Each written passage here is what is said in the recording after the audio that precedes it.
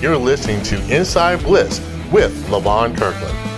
All right, welcome back. It's another great week here at the Inside Blitz with Levon Kirkland. I'm your co-host, David Wyatt, along with Mike Foster in studio. Levon, what is going on, my friend? Man, you know what? I am having a blast being a part of the South Carolina Football Hall of Fame. And now that it's close to Christmas time, we really want to encourage our donors, our sponsors, our listeners to really give back and to give to this cause, because this cause that we have, it educates, it empowers, it encourages young people. And who doesn't want to encourage young people? I know you know someone out there and you got skin in the game, so we really encourage you to give to the South Carolina Football Hall of Fame, because we're making a difference through football. That's awesome. That's awesome. Hey, so we got a great interview for you this show. Mike, tell us about the guest. Yeah, we got Steve Fuller here, 2019 inductee, and of course, most people would think of him as the original number 4 at Clemson University. Steve Fuller, number 4. Yeah, Ring of Honor inductee as well over there at Clemson University, and played pro football, was a first-round draft pick for the Kansas City Chiefs, and won a Super Bowl with the Chicago Bears. Has a gold record underneath his belt. A gold record. Jim, he's our man. If he can't do it, Steve sure can. That's right. That's right. The Super Bowl Shuffle. Super Bowl Shuffle. He did do a rap in there. We talked a little bit about that in the interview, his singing prowess. That's right. And also he talks about the decision to allow Deshaun Watson to unretire his jersey from Dabo Swinney. So, hey, listen up. You're going to love this interview with Steve Fuller. So we'll be right back. We're the Inside Blitz with Levon Kirkland. What if I told you I can get you access to never-before-seen footage of our interview with Coach Ford? Hello, this is Levon Kirkland of the South Carolina Football Hall of Fame and our podcast, Inside Blitz with Levon Kirkland. As you know, we had an amazing time at Coach Ford Hemp Farm a few weeks ago and had a great interview with him. I encourage you to check it out. But that's not all. After the interview was over, we kept talking and the cameras were still rolling. I tell you what, I learned a couple things I never knew about Coach, and I want you to have access to it as well. For a limited time only, we want you to hear and see never before released footage of our interview with Coach Ford. All you have to do is go to insideblitz.org//Coach Ford. That is insideblitz.org/Coach Ford to get instant access to your free video. Don't miss out. Hi, this is Steve Fuller. You're listening to the Inside Blitz with Levon Kirkland. Hey, welcome back to the Inside Blitz with Levon Kirkland. Today we have a special guest today, one of my favorite all-time Clemson quarterbacks. He was a 2-time All-ACC Player of the Year from 77 to 78, 23rd pick from Kansas City Chief, a Spartanburg native, has a gold record, Clemson Ring of Honor, and just recently into the South Carolina Football Hall of Fame. Steve Fuller, how you doing, my man? Hey, Levon, how are you, sir? Look forward to joining you guys today. Oh, man, we thank you for being on with such short notice. I tell you what, our department of getting people on fell a little short today, but they came through with you. So we're honored to have a superstar like yourself. Well, hopefully you didn't have to call it. What am I, like number 9 or 10 on your list today? Was that how it worked out? Steve, I'm going to tell you the truth. You were number 1 for me today, but we talked about some other people, but I was like, we should do Steve Fuller. Why aren't we doing Steve Fuller? Hey. That's right. Yeah, Mike was trying to go in a different direction. Yeah, Michael Foster and Evan was trying to go in a different direction, but we thought you would be the best. That's right. You can always call the old guy because he has nothing else going on, right? Well, that's kind of true. That's kind of true. Super Bowl Shuffle, man. Hey. Yeah, but hey, we're about to start off, and we always start off with a tough question. Are you ready? Sure. Okay. What's the best compliment you have ever received?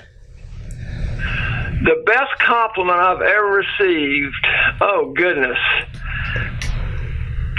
Probably from, it would have to be from a teammate, that would give it the most credence for me, as if it was from somebody I was playing with. And so I'd probably go back to my '78 boys and maybe the offensive line guys, the two Bostics and Billy Hudson and Steve Kenny. They probably last couple of drives in the '77 South Carolina game, and then maybe the Ohio State there. They just gave me some credit for leading, and that always means something special when your own guys tell you that. Hey, you know what? I was just watching the 1977 game against South Carolina. That was a heck of a game. It was one of the best ever, and I've had a couple of my fellow Spartanburg guys say it was like beating them twice in the same night. Now, I guess you could probably say from their side they actually won a little piece of that in the late in the fourth quarter. But I tell you what, I still watch it, and I still am unsure whether we're going to score or not. Yeah, it's funny, and I've actually seen the end zone of that lately, Levon, and you'll be shocked at how many defensive hands are up there just missing tipping a pass or almost getting there, and you really do get nervous when you look back on it. Right. I got nervous. Even though I knew that we were going to win, I still was a little nervous in that game. Oh, yeah, I'm with you there. But I can tell, again, I'm 2 generations away now, but I can tell young people, even some of the kids I'm coaching, to go back and watch that game, and everybody seems to enjoy it. It's one of the best in the series. It's one of the best in the series, and I'm telling you, you were definitely poised, my friend. Good job. Well, I appreciate that. We had no choice. There's no way we're going to go into Columbia and lose that one. Yeah, that's our house. That's why I tell everybody that's our house. But that was a great job. But another question I have: where do you keep the gold record, or do you guys rotate the gold record? No, we each have one. Okay. And I have a I won't call it a trophy case. I've got a piece of furniture in my den that has a bunch of my old stuff in there, and it's sitting up there right now. And in case I ever get major grief for singing or dancing, I always bring them by and say 2 words: gold record. Gold record. I'm gonna tell you, as a kid from Lamar, South Carolina, I couldn't wait to see the Super Bowl Shuffle. I watched that thing over and over and over again. Well, it was one of those things that at any point in time in that 6 or 8 weeks from the time we lost to Miami on Monday night and the time we won the game, it was either going to be the best thing we ever did or the worst thing we'd ever done. Right. Until we got that game in hand, it was going to be the worst thing. Right. And as it turned out, it was a beautiful thing because it was so much out of our comfort zone for all of us, except for maybe Willie Gault, because he was Willie Gault, like he was ready for that. Yeah, but he was Mr. Hollywood even back then. So he was the one that really put it all together. But everybody else was just winging it, and it's pretty obvious. A lot of rank amateur stuff on the vocals and the dancing. But we got through it, and as it turned out, it's kind of somewhat of an iconic deal now. Yeah. But again, if you lose that game or you lose anything before that, it becomes a really bad embarrassment. It does. I have a story where I was with Pittsburgh, and we started to do a rap, and that didn't go so well because we lost to San Diego Chargers. So we might have won a silver record, silver. It went bad. But talking about your part in the Super Bowl Shuffle. How many times did it take for you to practice to get your lines incredibly right? Well, it was not real complicated, but Willie put it together with a guy from Chicago who he'd done some producing himself, and he had a studio in his basement. Mm-hmm. It was somewhere in the north suburbs of Chicago, and so he mentioned it to 10 or 12 of us, and we wound up going to his house on one of our Tuesday off days, and we were playing around with it. We weren't sure it was ever going to happen. Mm-hmm. And then finally the week before the Monday night game in Miami, Willie said, "Well, we're going to do it for real, and we've got the whole thing set up at a big place downtown Chicago." of course, we go in there Monday night and lose our only game. Wow. And, I don't know if a lot of people know this, but we got to O'Hare about 3 in the morning, and we were at the studio doing the Super Bowl shuffle about 8 that morning. Wow, that's some dedication. So it was a little strange too, because we weren't real happy.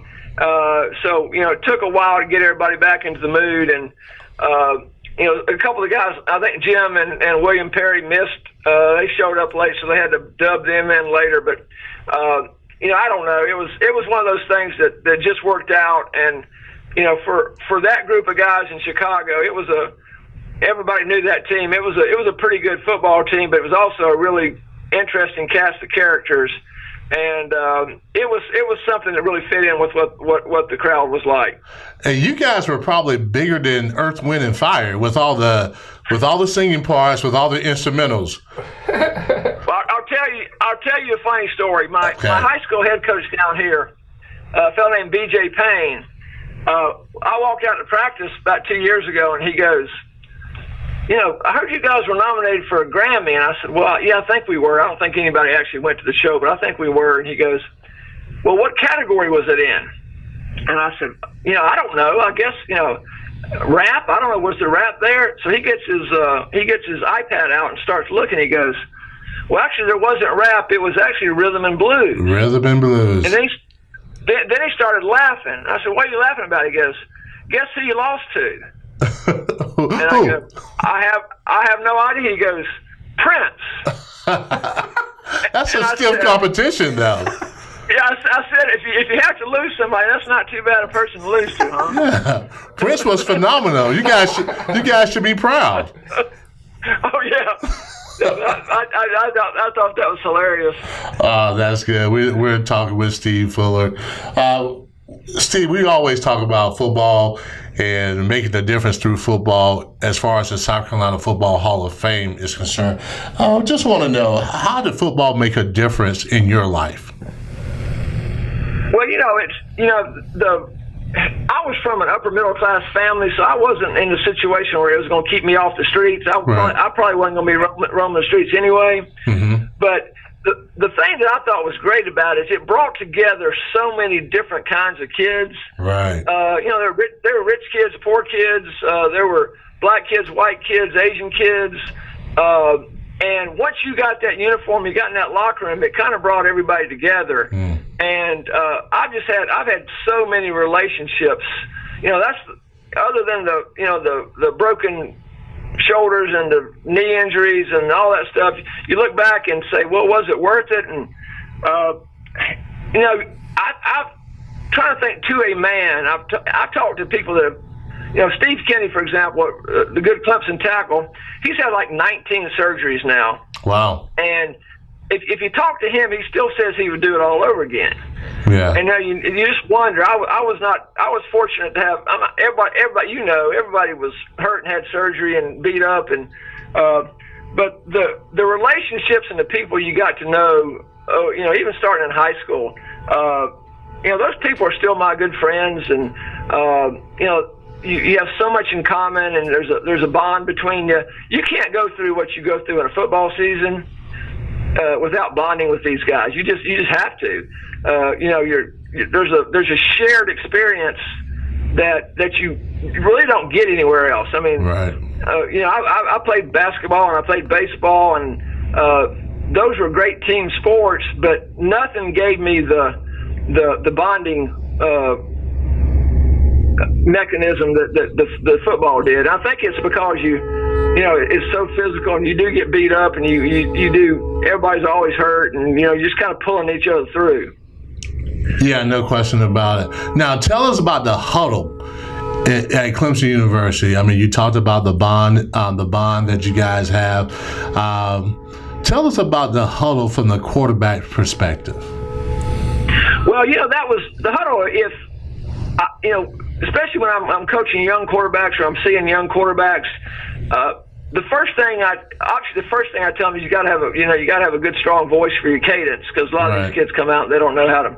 But the next thing is you got to get in that huddle, and not only do you have to be confident, but you have to know what everybody else is doing, all their assignments, and you better let them know that you know. Right. Because that's just part of it. And if they see any doubt or any hesitation in your face or in your action, then you got nothing. Right. And it just comes with the position. I think all 11 are equally important, but as far as the huddle goes, I mean, as a quarterback, you better have control. And if you do not, then those guys will recognize that in a hurry. And you cannot have you remember, you're on the other side of the ball, but you count on your teammate next to you to know what he's doing and to be ready to go and to be equally prepared and to do his job. And if you ever have any doubts there, then it starts weighing on you a little bit also. Right.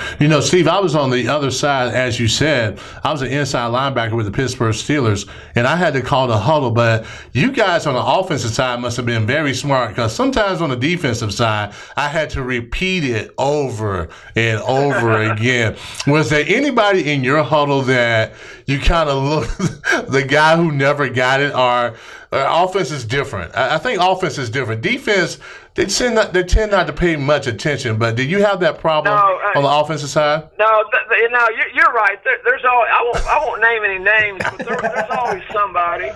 I'll tell you a huddle story. One of my good friends down here, Mark Clifford, played tight end for us. He's now he coached at Buford High School forever. He's now at Buford Academy. But we called him Aluba.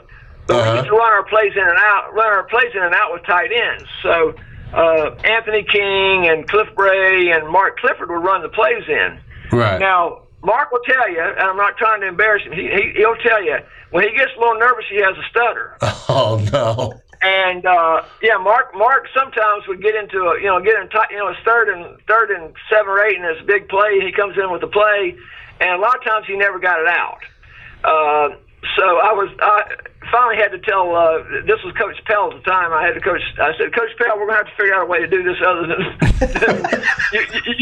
using the tight ends. This is not working out like it needs to be. Right. Well, you had a tremendous career at Clemson.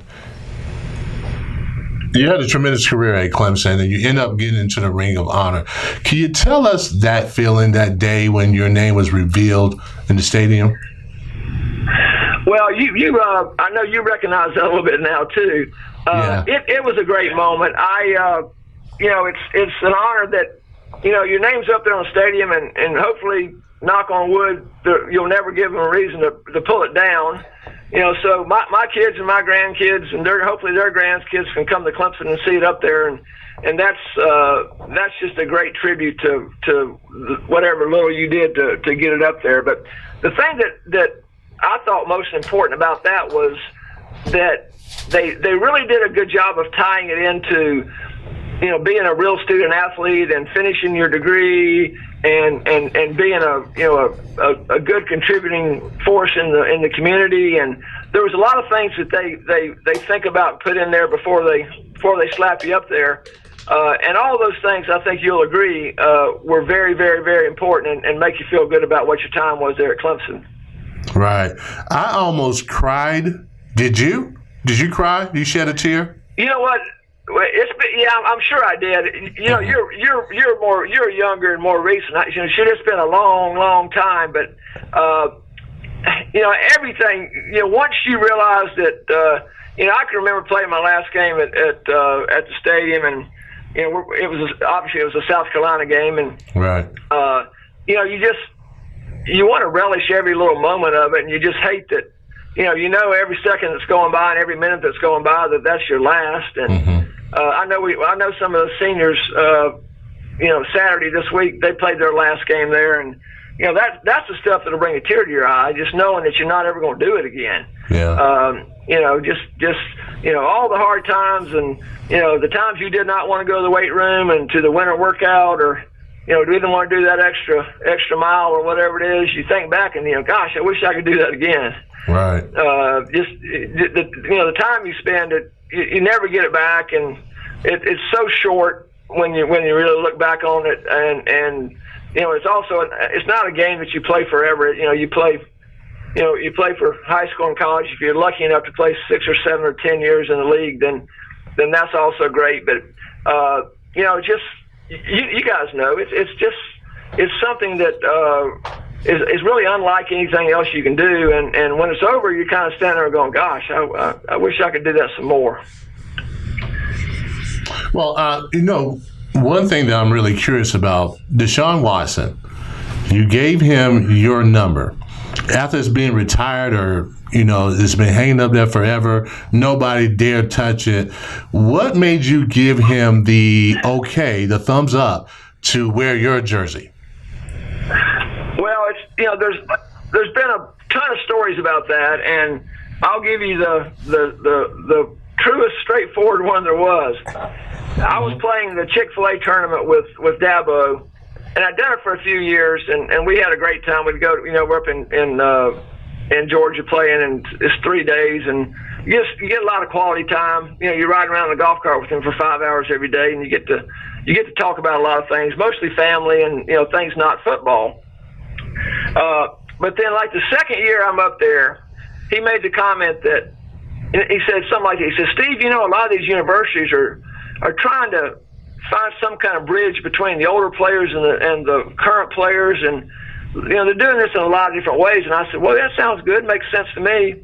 And that's about all that was said that first year. Mm-hmm. Then the next year, he goes, "Well, a lot of these players with a lot of these colleges with retired jerseys, they're really let some of the younger guys wear them now, and they do some kind of tribute to them, and again trying to tie it all together." And again, I said, "Well, I don't disagree with the philosophy. Let me know what you're thinking." And that was when Deshaun was I believe he was a junior in high school, but he had already committed. Right. And so the next year was the finish of the sales job. He says, "Well, I've got this kid in Georgia that's he's committed already, and he's a great kid, and he wore number 4 in high school. What would you think about him wearing 4 at Clemson?" And I said, "Easy question.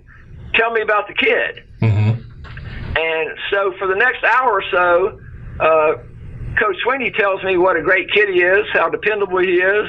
He tells me about his background and what he's done in high school and his academic side, and I said, "Well, he sounds like a great kid." And I looked at Dabo and I said, "Okay, I'm going to leave it to you." I said, "Can I trust you that this kid is going to, do nothing with this honor?" Because I was really trying to represent my guys in '78, because I've always told all my teammates there that my number got retired, but it was only because of you guys. It wasn't because of me. Right. So I looked at that as a team deal.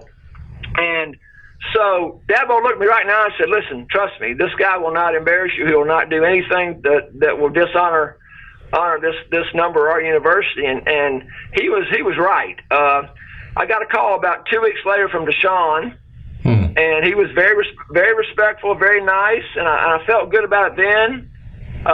Then about 2 weeks later, I got a package from Clemson, had what Dabo tells me was the first jersey anyway. I don't know if it was or not, but I got one. Right. And it was one of those decisions that you want to be careful with, but I felt good about it, and boy, it really turned out great. He was nothing but the best, and never did a single thing that I would even worry about, and we got a good relationship out of it. I love the kid, and Coach Sweeney was exactly right. He was everything he said he was. Wow, that's a tremendous story. It really is. It tells a lot about Deshaun, tells a lot about you, and just how football really connects us all together. I mean, from generation to generation. So that's a very nice story. Yeah, Steve. David I'll tell you, if you want. Go ahead. I'm sorry. Go ahead.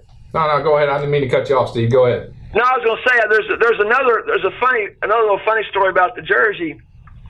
If y'all remember, I wasn't aware that they were going to put the Fuller patch on there. That was something that Dabo did, and so when I saw it, I thought it was great. And then a lot of these younger kids that they don't know who Steve Fuller is. They were born when I was already 50 years old.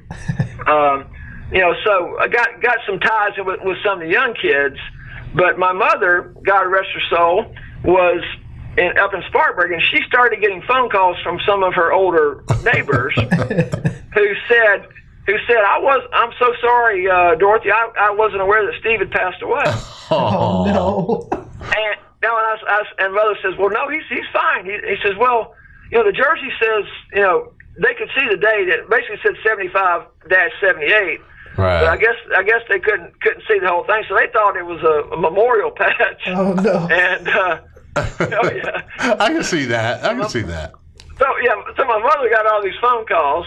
Wow. And I actually got some of my old Kansas City teammates who I hadn't seen in many, many, many years did the same thing. Started calling some of our friends and saying, "I didn't even hear about Steve. What happened?"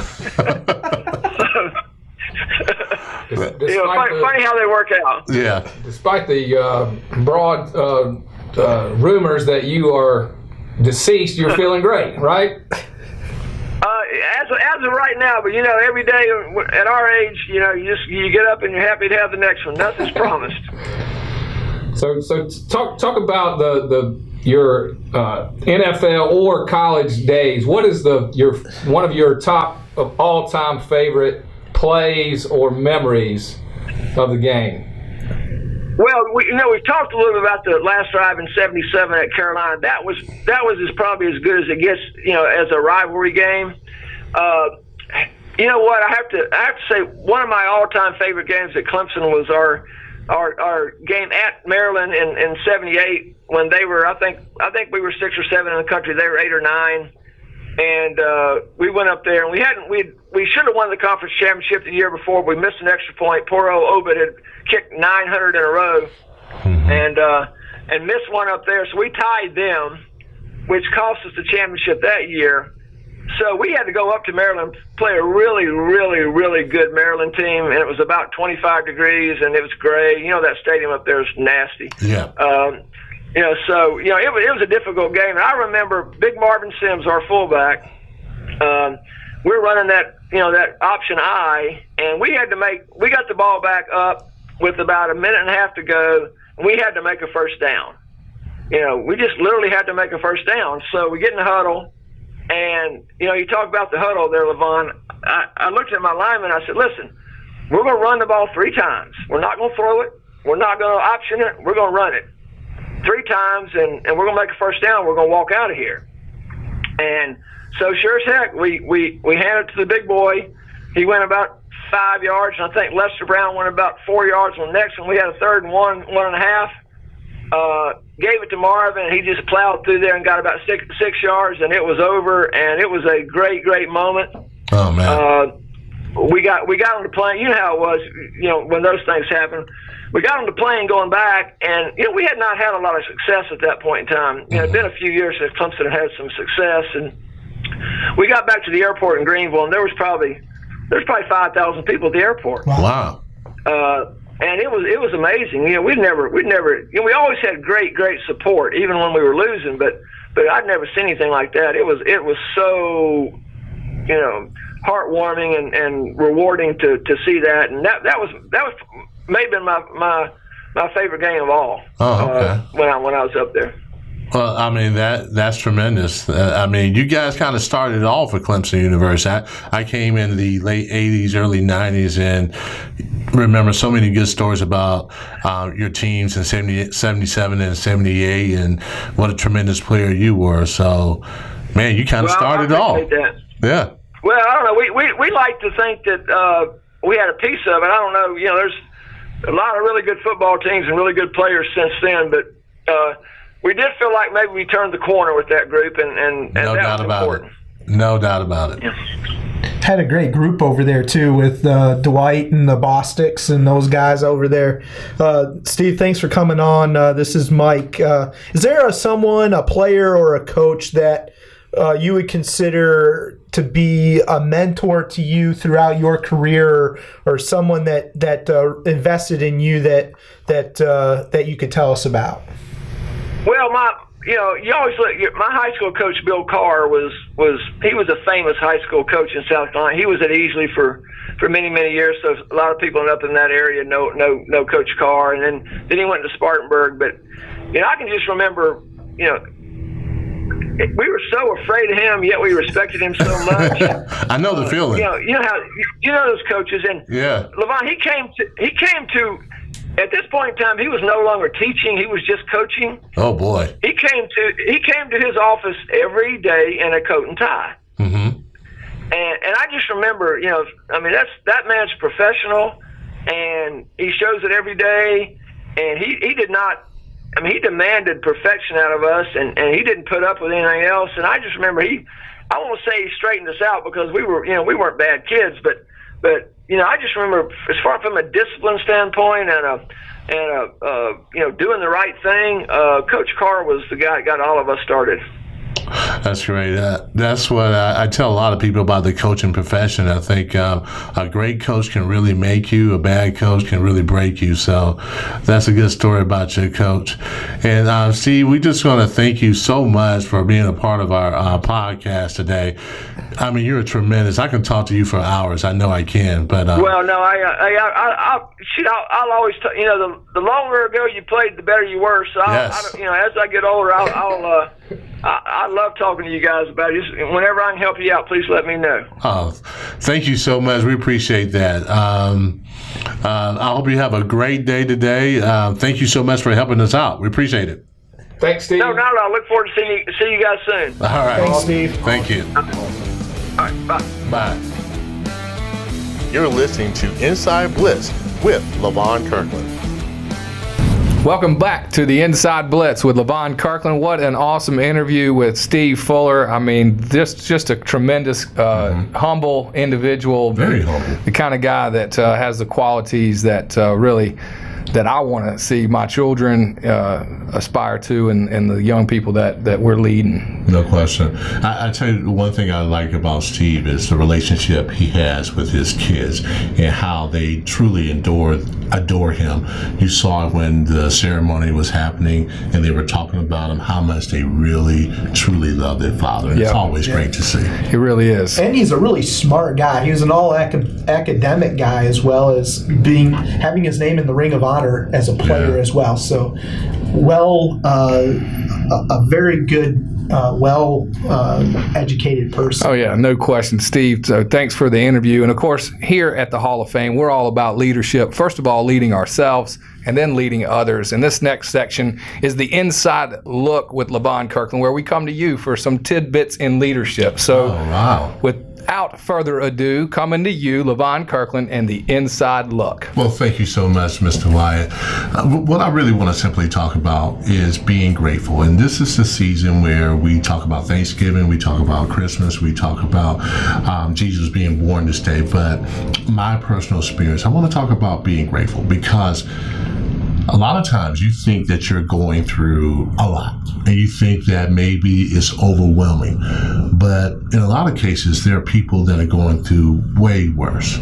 So I think if you can breathe, you can walk, you can talk, if you have those blessings in your life, there's a reason to be grateful. So I want to encourage everybody who's listening on the show to really think about every day when you wake up how grateful you should be that you're here and that you're living and that you're learning and that you're loving. That is a tremendous blessing. So as a leader now, a lot of times you have to make sure that you know, and you have to make sure that you're grateful for what you're doing, your people that you're working for, that's working for you. And I just want to keep encouraging, especially with you guys. I'm grateful for you guys. So I just want to encourage all the listeners to, take time to be grateful. Yep. Hey, that's a great point, Levon. We're grateful for you. Speaking of grateful, thank you so much for tuning in, and for all of you that have become members. We appreciate that. And of course, Levon, being grateful is one of those things that you can get caught up in the moment. You can be overwhelmed. It feels like the world is caving in on you. And those are emotions. Yeah. And those emotions can take you down. And that attitude, the ability to have gratitude really does. It's something that you don't feel like doing. Yes. But if you can train yourself to start saying, you know what, there are some things that I can be thankful for, and really is a great point, and it helps change your whole outlook on life. And I'm grateful for you and Mike, and of course I am grateful for Evan, who does a great job with us, and all of you out there listening to the show and supporting the show and supporting our cause. You know, the Bridge Builder, the Business Connect, the youth apprenticeship model that we are putting out there, and of course many of you are supporting us and actually helping volunteer and take this program across the state. It's a great cause that I'm proud to be supporting, and I really appreciate you supporting it as well. And of course, one of the things that the Hall does is we recognize players from South Carolina or with South Carolina ties as being the greatest, and we give them what we call the Blanchard-Rogers Award. Sitting right here, this trophy, it's a highly coveted trophy.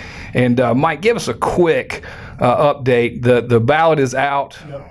It's about to be over. It's about to be over. Only a week, less than a week left. December 9th, Monday. This upcoming Monday, December 9th, is the last time you can vote for the Blanchard-Rogers Trophy finalists. So you don't have a whole lot of time. So that means you have to become a member today. Yep. And at scfootballhof.org/join, and then vote. We have such a great group of guys that are getting national recognition for the things that they've done this year, as well as players of the years, defensive player of the years, offensive player of the years, Buck Buchanan Award winners, which is like FCS defensive player of the year type guys, rookie of the years, freshmen of the years.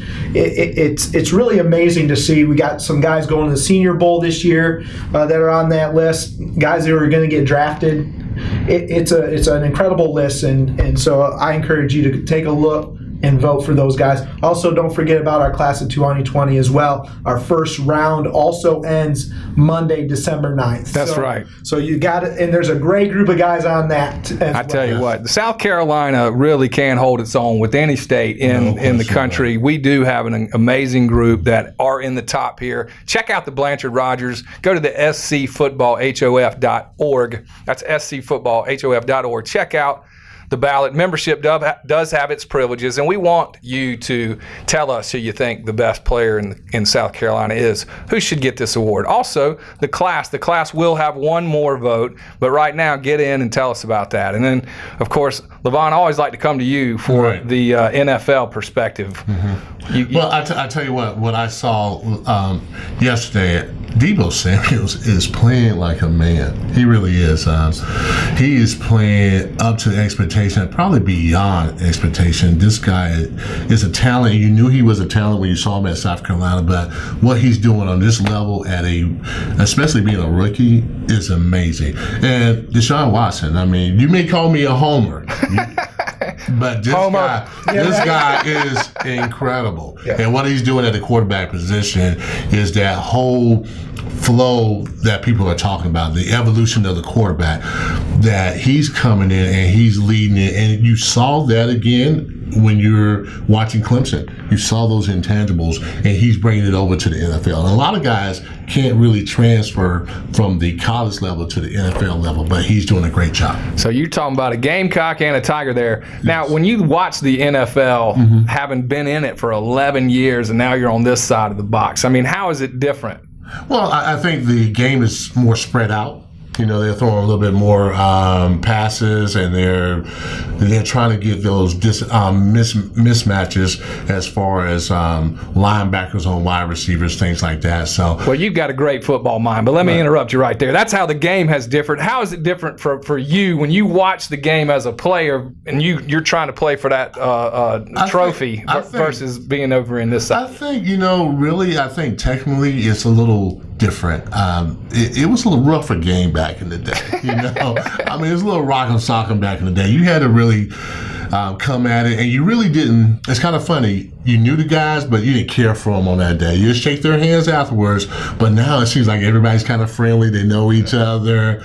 But it's a different game. I don't think the game is as physical, because what they've said on offense that defense, you can't do this, you can't do this. So the game is a little different. I miss the art of being a defensive player. Are you throwing a flag on me, Evan? Oh, man. He shut you down. It's time for me to shut down. Hey. Well, you know what? I had a lot of other things I wanted you to talk about, but next time, maybe some behind-the-scenes footage. But this is Coach Willie Jeffries' flag, and he was honored, or we were honored, I should say, for him to give it to us. So thank you so much, and that does mean that we're out of time. So without further ado, let me wrap this up. Thank you so much for tuning in. We're the Inside Blitz for Levon Kirkland with Levon Kirkland, and hey, stick in next time when we start talking to our man Ramon Robinson. That is a great interview that you're not going to want to miss. So hey, have a great weekend, and we'll see you next week. You're listening to Inside Blitz with Levon Kirkland.